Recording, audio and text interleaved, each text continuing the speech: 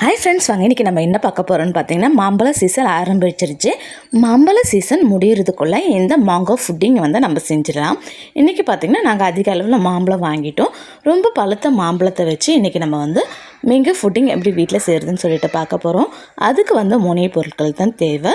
சிலர் எக்கு அகர் அகர் அந்த மாதிரி சேர்ப்பாங்க. அந்த மாதிரி இல்லாமல் நம்ம வீட்டிலையே சிம்பிளாக எப்படி செய்கிறதுன்னு சொல்லிட்டு பார்க்கலாம். நான் 2 மாம்பழத்தை நல்லா ஸ்க்யூ பண்ணி தோலெல்லாம் ரிமூவ் பண்ணிவிட்டு அழகாக எடுத்து வச்சுருக்கேன். அதை மிக்ஸி ஜாரில் சேர்த்துக்கலாம். நம்மளுக்கு தேவையான சுகர் சேர்த்துக்கலாம். மாம்பழம் ரொம்ப இனிப்பாக இருந்தால் சுகர் கம்மியாகவே சேர்த்துக்கலாம். காய்ச்சி ஆற வச்ச பால் 1 கப் அளவுக்கு சேர்த்துக்கிறேன். சேர்த்துட்டு மிக்சியில் இந்த மாதிரி நல்லா ஃபைன் பேஸ்ட்டாக அரைச்சி எடுத்துக்கலாம். இப்போ அடிகனமான பாத்திரம் ஒன்றையும் எடுத்துக்கலாம். பாத்திரம் நல்லா சூடானதுக்கப்புறம் நம்ம அரைச்சி வச்சுருந்த பேஸ்ட்டு இதோடு சேர்த்துக்கலாம்.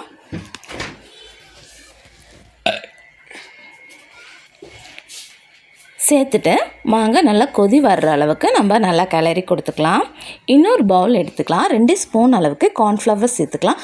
கார்ன்ஃப்ளவர் சேர்க்கும் போது இன்னும் நல்லா திக்னஸாக இருக்கும். ஜெல்லியும் ஃபுட்டிங்கும் பார்த்திங்கன்னா ரொம்ப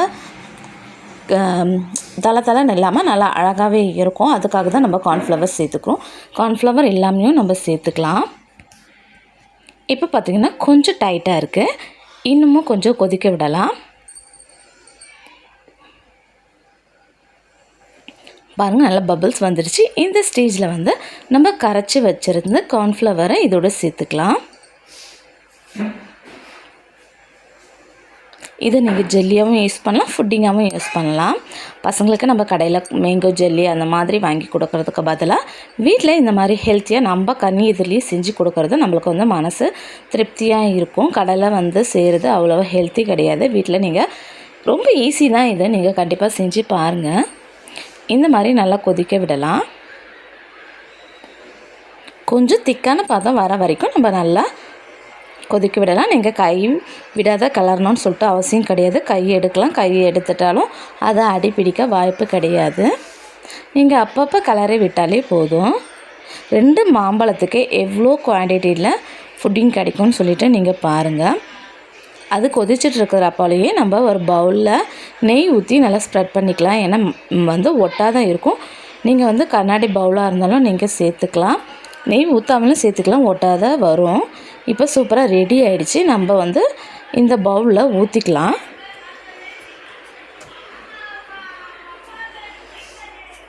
பாருங்கள், இப்போ ஊற்றிட்டு நம்ம நல்லா தட்டி கொடுத்துக்கலாம். ஏன்னா ஏர் பபிள்ஸ்லாம் இருக்கும், அதெல்லாம் ரிலீஸ் ஆகிறதுக்காக நம்ம இந்த மாதிரி நல்லா தட்டி கொடுத்துக்கலாம்.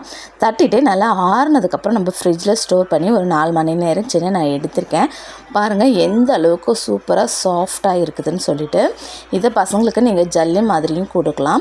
ஐஸ்கிரீம் மேலே கட் பண்ணி இந்த மாதிரி ஃபுட்டிங் மாதிரியும் கொடுக்கலாம். ஐஸ்கிரீம் மேலே வச்சு சாப்பிடும் போது அவ்வளோ சூப்பராக இருக்கும். நம்ம பாயாசத்தை மேலேயும் வச்சு கொடுக்கும் போதும் சூப்பராக இருக்கும். மேங்கோ ஜூஸில் கட் பண்ணி இந்த மாதிரி போட்டு சாப்பிட்றதுக்கும் பிடிக்கும். எனக்கு ஐஸ்கிரீம் மேலே போட்டு சாப்பிட்றதுக்கு ரொம்பவே பிடிக்கும். எவ்வளோ சூப்பராகவே வந்திருக்கு பாருங்கள். கண்டிப்பாக இந்த மாதிரி ட்ரை பண்ணுங்கள். இந்த வீடியோ பிடிச்சிருந்தா லைக் பண்ணுங்கள், ஷேர் பண்ணுங்கள், கமெண்ட் பண்ணுங்கள், சப்ஸ்கிரைப் பண்ணுங்கள்.